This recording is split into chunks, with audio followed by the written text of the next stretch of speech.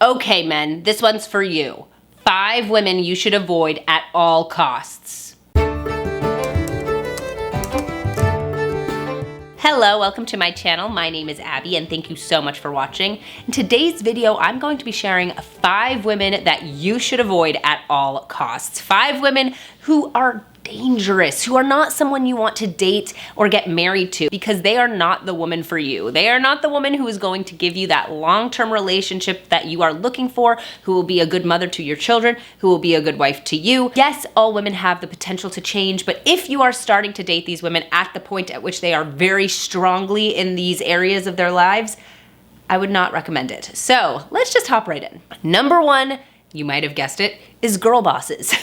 If you are new to my channel, I am somebody who talks about how I think that the girl boss mentality is a really big problem in today's day and age. I think that so many women get sucked into this idea that the only way that they can fulfill their potential is by going out, getting to the highest level of their careers, and ignoring all of the things that make them women. Getting married, being in relationships, putting others before themselves, having children, all of that. If you are dating a girl who thinks that being a girl boss is the most important part of her life, who doesn't care about your relationship as much as she cares about her job, who doesn't care about having children because it would slow her down, or who thinks that she can wait till she's in her late 30s to start trying, that is not the woman for you. You do not want to date a woman who is going to put her career so far ahead of everything else. As I always say, success is holistic. Success is good family, good career, good marriage, good children, all of that together is what makes a person successful. And again, career can be up and down in those levels, right? Because a stay-at-home mom has a perfectly holistic, successful life. But if you have a woman who's talking about how important her career is, and she's saying that that is going to come at the cost of everything else, you don't want to be in a relationship with someone like that because you are always going to be playing second fiddle to what her career could give her. And she is not going to recognize until it's too late that she wants a family, that she wants to be a part of something bigger than herself. And it really is a selfish pursuit to want to be a girl boss more than anything else. And it's not her fault. That's the narrative that the media sells us, that that's the path to true happiness. But at the end of the day, the path to true happiness is our relationships. The second woman you should avoid at all costs is a woman who says proudly that she cannot cook. Cannot handle this, do not like this as a concept, cannot get behind it. If you are a woman who doesn't know how to cook, that's okay. A lot of women grew up with moms who didn't know how to cook, and so they didn't really learn. But you always have the potential to learn how to cook, right? That's the great thing about being a human, is that there's a potential to learn a lot of things, a whole host of things. And if you are somebody who is proudly going on about how you can't cook, that's a woman who is not willing to learn. That's a woman who only orders takeout or depends on her husband to cook. Now, I'm not saying a man can't cook. My husband and I actually split those duties because he enjoys cooking. Over time, he has learned to cook and he enjoys it.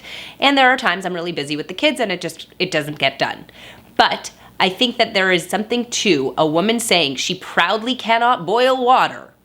That's very unattractive and does not bode well for your relationship, because what she's saying really is that she's not domestic.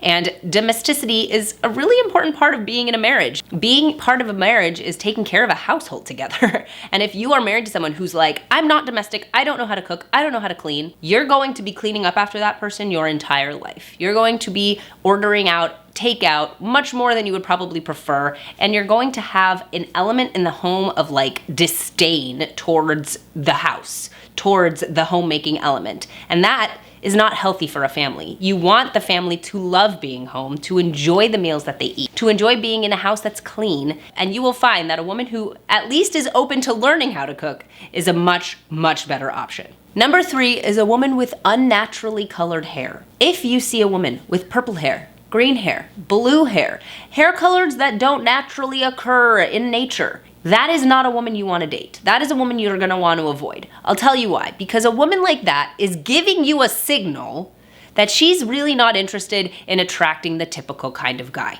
Most typical guys are attracted to a woman who has a normal hair color, blonde, brunette, or red. And most typical guys want to get married and have a family. A girl with blue hair, green hair, pink hair, any color under the sun that isn't one of the natural colors is basically saying, I don't want to have a normal life. I don't want to get married and have children. I don't want to be with a guy who just wants to raise our family in our nice suburb, is part of a community.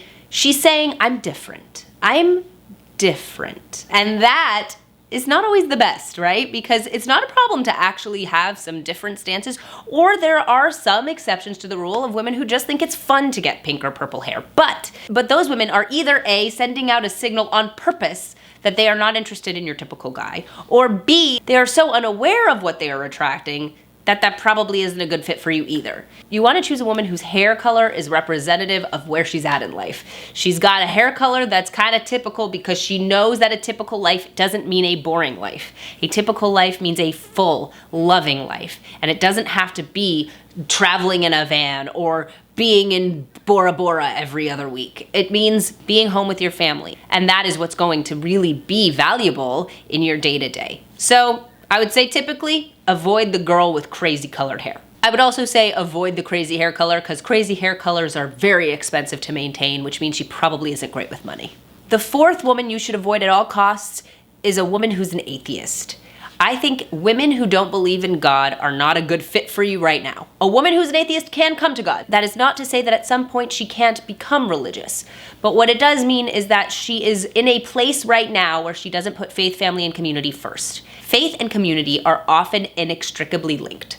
So if you want to be part of a good and thriving community, you are going to want to be a part of a faith community. And if you are marrying a woman who is an atheist, that is going to pull you away from all of the support you're going to need as you and your wife have a family. It takes a very specific kind of person to be an atheist. Believing in God is important to how you raise your family. It's important to the values that you hold. And I think if you are dating a woman who's an atheist, you aren't looking towards the future of what your life will hold for you. Being part of a religious community, believing in God, those are the things you are going to raise your children with. Those are the values and morals you're going to be raising your family with. And if you don't have a wife who's on board with that, that means that your children are not going to have those things. And yes, you can be a moral atheist. Yes, you can have values as an atheist. But it's a lot harder when you don't have God undergirding all those things. And it's very difficult to raise a family in today's day and age that has good, strong morals if both mom and dad are atheists. It's much easier to say, this is what's good and right, and here is where you're going to find your strength in times of difficulty, right here with God. So find a woman who's not only not an atheist, but actually shares your faith. And that's a whole other video, but it's really important to find someone who shares your faith. Number 5, the fifth woman you should avoid at all costs is a woman who says she doesn't want kids. This can be a girl boss. This can be a woman who just doesn't think that children are of interest to her, but don't date this woman. This woman is not for you. You want to date a woman who wants to have children. Having children is so important, and it brings so much joy and so much fulfillment to your world. And if you find a woman who says she's not interested in having children, that is a very unnatural state for 95% of women. And it is not something you want to have to contend with when you get to the point at which you actually are trying to start a family. You don't want to be married to someone who is like, I never wanted kids in the first place. You want to be married to a woman who is so excited to be a mom because your children need their mother. Your children are going to need their mother. And if you A, don't have children when you want them, you're going to resent your spouse. And B, if you have children with a woman who didn't want to be a mom, you're giving your children a worse chance of having a really important relationship be solid and stable. I mean, I don't know what's more attractive than finding a partner who you can see be the parent to your children, right? Like as a woman, I saw my husband and I was thinking to myself, he's gonna be a great dad. He saw me and he thought she's gonna be a great mom. You wanna marry someone who's going to be a good parent to your children. And if there is a woman who says she's not interested in having children, that is a huge red flag. Most women want to have kids. Most women are really nurturing. It's very innate to femininity. And it's really a beautiful thing when a woman gets to become a mother. And a woman who rejects that entirely there is something to be examined there. It may be under the guise of girl boss. That could be what it is. And she just wants to fulfill her potential elsewhere, which I don't usually recommend. But even in that case, that's not a person you can build a life with. So I would not recommend that as the last person you should date. I hope that today's video helped you in figuring out who should I date? If I'm avoiding these people, who shouldn't I avoid? Who should I pursue? And maybe that should be our next video. But I'm so glad you watched all the way to the end. And if you did, please leave your favorite food emoji, like a first date food. I think they have some different food options. Choose something off there and leave a favorite food emoji so I know what you would get on a first date. Thank you guys so much for watching today's video. Please subscribe and I'll see you in my next one.